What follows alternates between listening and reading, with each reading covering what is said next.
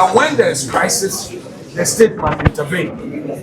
What the government has failed to tell us is how much it will cost the country should the cocoa farmer be given support by maintaining the 3,600 per bag of cocoa. They didn't tell us. They rather reduced the price, gave a haircut, and today, Mr. President could not offer any reasonable explanation. Neither could he give a justification for this haircut. We again reiterate our demand on the President and his government. Pay the cocoa farmer. Pay the cocoa farmer what is rightfully his. The Ghanaian cocoa farmer is worse off and he deserves better. Keep to your promise and not empty rhetoric. Second issue is electricity. The President claims that upon assumption of office, the government has taken away nuisance taxes. We disagree as a minority. What we know practically is that the government has rather imposed 1 Ghana cedi per liter of petrol that we buy at the pump. They introduced what we call Dumso levy, the energy sector reform levy, Dumso levy, which they hurriedly passed in Parliament.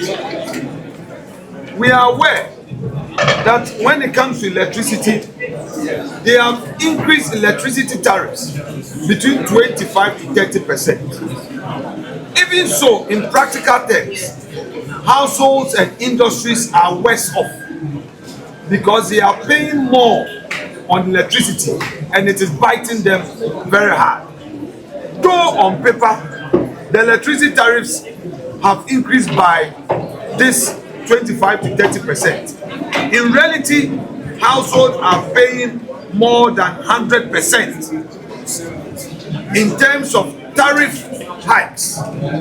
Because if previously an individual will buy 1,000 Ghana cedi electricity for a month, now that 1,000 Ghana cedi can only last for a week, if not less. We are all suffering from this, and the President cannot come to Parliament and tell us that they met some energy sector debts. What we are even experiencing is that Dumso is back. Dumso is back. Apart from this, we also note that the President was again interested in bureaucracy and nothing about actual jobs created. The NDC has been in office for over a year now. They promised a 24-hour economy, 1 job, 3 shifts. The President could not tell the people of Ghana as to whether or not the government has been able to implement this 24-hour economy. What we rather know is that since this government came into office, thousands of Ghanaian youth who were already employed were dismissed from the employ of state-owned institutions. Some who have been in employment since 2017, 18, 19, and all were all sacked. The 24-hour economy is yet to see the light of day. In fact, one incentive that would have promoted this 24-hour economy is cheaper electricity. So if government is making electricity expensive to consume, to use, how does the government attract investment? In fact, the 1D, 1F policy, since it was cancelled, there hasn't been an alternative policy to drive economic growth. The Ministry of Trade has not announced any policy alternative to boost economic growth through job creation, through more businesses. There is no incentive for the private sector. So I repeat that this government is only fixated on PR rather than serious governance that will create jobs. My expectations for the State of the Nation's address have 100% been met. The president reiterated the things that he has done, things that are very obvious, things that have actually translated into physical benefits of the people, from inflation as low as it has fallen to interventions that are equipping people with jobs and what have you, especially under the 24-hour economy. The president has also indicated the steps he's taking to ensure there is development all over the country, especially in the area of roads. You know, roads usually expand towns and cities, and for that matter, the fact that we're expanding the road networks in this country is going to allow commuting from one place to the other easy. He has also explained the challenges we had with cocoa. The fact that as it stands now, cocoa farmers are better off than they used to be. He has indicated what the big push is going to do for us. So far, the step that has been taken. Also, the Women's Development Bank has been touched on. He has indicated that all the preparatory steps have been taken. Unfortunately, in about 6 months from now, we are going to see the rollout of the Women's Development Bank and the effect it's going to have on our people. So certainly, my expectations have been met. My joy is the fact that we are going to build reserves to the tune of 15 months of import cover, and that is going to help this country, this country's economy, sustain itself from all forms of external shocks for the period. And we are not going to fall for any, any external shocks that may harm the economy of Africa or the rest of the world, because then we would have built a 6 month backbone of import cover, and that will ensure that all the gains that we have chopped will be sustained, so that we can move on from there. Because when you are developing and you don't concretize your development, you don't ensure that you have stabilized it enough before you continue, it will get to a point where your development will start retarding. And what we have done is to ensure that the inflation that has dropped will not roll back as it is, and so the city will continue to remain stronger. And thanks to my brother Saminje Fees Gold Board, we have dollars, in abundance. And for that matter, the city is continuing to regain its strength against the dollar and other trading currencies, which is a good sign. These are the signs that affect the microeconomy as well, and make sure that the money you have in your pocket, whatever it is that you could buy under the MPP, now you'll be able to buy more because the prices of goods and services have lowered, especially food inflation, which has been a major challenge under the MPP. Now you will observe that food prices have gone down, even prices of services. Today, spare parts dealers and vehicle dealers have come out openly, first time in the history of this country, to announce a 15% cut of the prices of vehicles and what have you. Wherever you go, you see price cuts, and that is a clear intervention that has been as a result of the clear intervention that have been instituted by His Excellency John Mahama'S administration. These are the results that we are yielding today. So you have 48%, 41% and 25%, 38% for delivery, and 37% for ongoing, and then you have another 25% for something that you haven't touched. So I'm not surprised. It is clear that this government, as I said, has become a government of success, and it's also clear that their own party, they are even struggling to believe that the 1 million jobs that the president said he has created is even real. So if you ask me to rate and judge, his speech was heavy on rhetoric, heavy on settings, and poor in delivery. Thank you very much.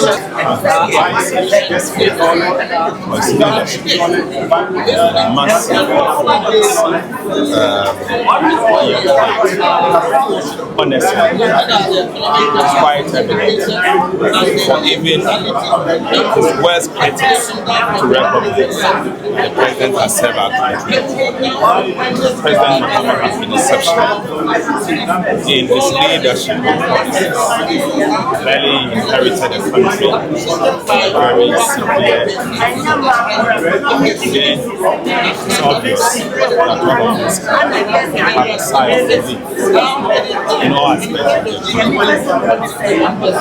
But let me say that Rome was not built and you can never build Rome again. What he did was to use his first year in office to restore the economy, reset the economy, and it's evident that he has achieved that. The second year in office, the focus is to sustain the gains he has made. And the budget that he asked me to present on his behalf confirms his desire to stabilize the economy and also to sustain it going into the future. And so you can see the number of reforms we put in place and just to cement the gains that we have made. But beginning next year, and it will be evident in the budget that I'll be presenting on behalf of His Excellency the President, and that budget will focus on the building of the new economy. A new economy where jobs will be created, because it will be at that point that confidence will be back and forth, where businesses will be able to borrow even from domestic sources and be able to expand. Because, for example, when we took office, businesses were borrowing, give and take 30%, 35%. Today, businesses are able to borrow from the bank from 50%. And I believe by the end of the year, businesses will be in a position to borrow even from 12%, 10%. When we took office, for example, T-bill rate, 91-day T-bill rate was around 29.9%. Today, it's at 6.4%. Inflation was 23%. Today, we are seeing 10.8%. And so clearly, you can see that what feeds into the reference rate for banks to be able to set the lending rate is all of them are coming down, and so you can see that businesses are going to. And again, so what I can assure you, as I said, every Ghanaian can appreciate the work done by His Excellency the President. You cannot say that you have done everything in 1 year, but the progress is so evident that even the person who does not like the administration, who dislike President Mahama, attests to the fact that there has been measurable change in the way things have been done. Prices have dropped, and it is an undeniable fact. If your wife will tell you that when he goes to the market, things have changed. If you are not married, I'm sure your girlfriend will inform you that things are changing and changing for good. But I recognize that you can't solve all of that in 1 day. You start from somewhere. The mess that we inherited, the dissipation of state resources, and how things got to, we've used 1 year to turn it around. And I believe going into the future, we'll even do more. And so our pledge is that from now on, we will begin the building of the new economy, where jobs will be created. The minority came to the house. Cities per bag of cocoa, you have smashed the price down to 2,600. You have rendered the cocoa farmer poorer, and they are crying but still falling on deaf ears. Today, fisher folks who used to go about their fishing so safely no longer feel safe to go fishing because of the mismanagement of the defense sector, because of insecurity and pirate attacks. They no longer feel safe to go fishing. Today, under President Mahama, tomato traders who safely could travel to Burkina to bring tomatoes no longer feel safe, and nothing is being done about it. We are urging him to appoint Minister for Defense. For 7 months, he has failed to do so. So the true state of the nation is that of insecurity. It's that of mismanaged security sector, and it is that farmers have become poorer. Because if in the previous administration a cocoa farmer could harvest 10 bags of cocoa to be able to buy a certain number of bags of cement, to be able to buy a certain packets of roofing sheet to build. Today, they can't do so because insensitively. Go and ask the price of cement. Has cement reduced? Go and ask the price of roofing sheet. Has roofing sheet reduced?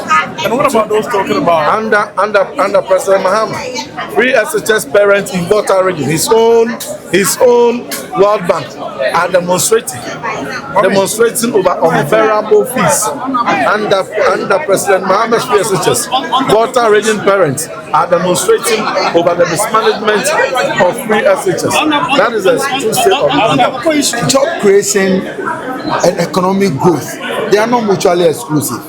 For you to provide sustainable jobs, you need to expand the economy. Then you can provide sustainable jobs. And then, under President Mahama and the NDC government, we have provided more jobs, and we are providing jobs. Many more jobs will be provided this year by the initiative that President Mahama has mentioned clearly. When we are talking about big push and the fact that almost every district and municipality in this country, construction is ongoing. Why? They are working with people. Those are employment.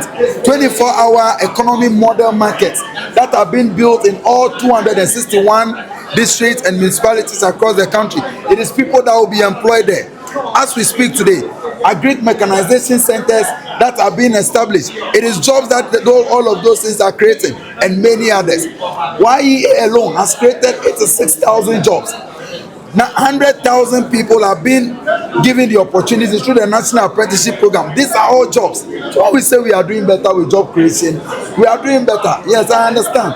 There are still a number of young people who are looking for opportunities, and we are asking them that keep faith with this government. This year, as we expand the economy, many more investments are being made and opportunities will be created to take on the remaining young people who do not have jobs currently. Thank you very much. I want to understand when you say if you're holding on to money and you're not paying, well, where is that leading? I'm talking about our debtors. Our debtors.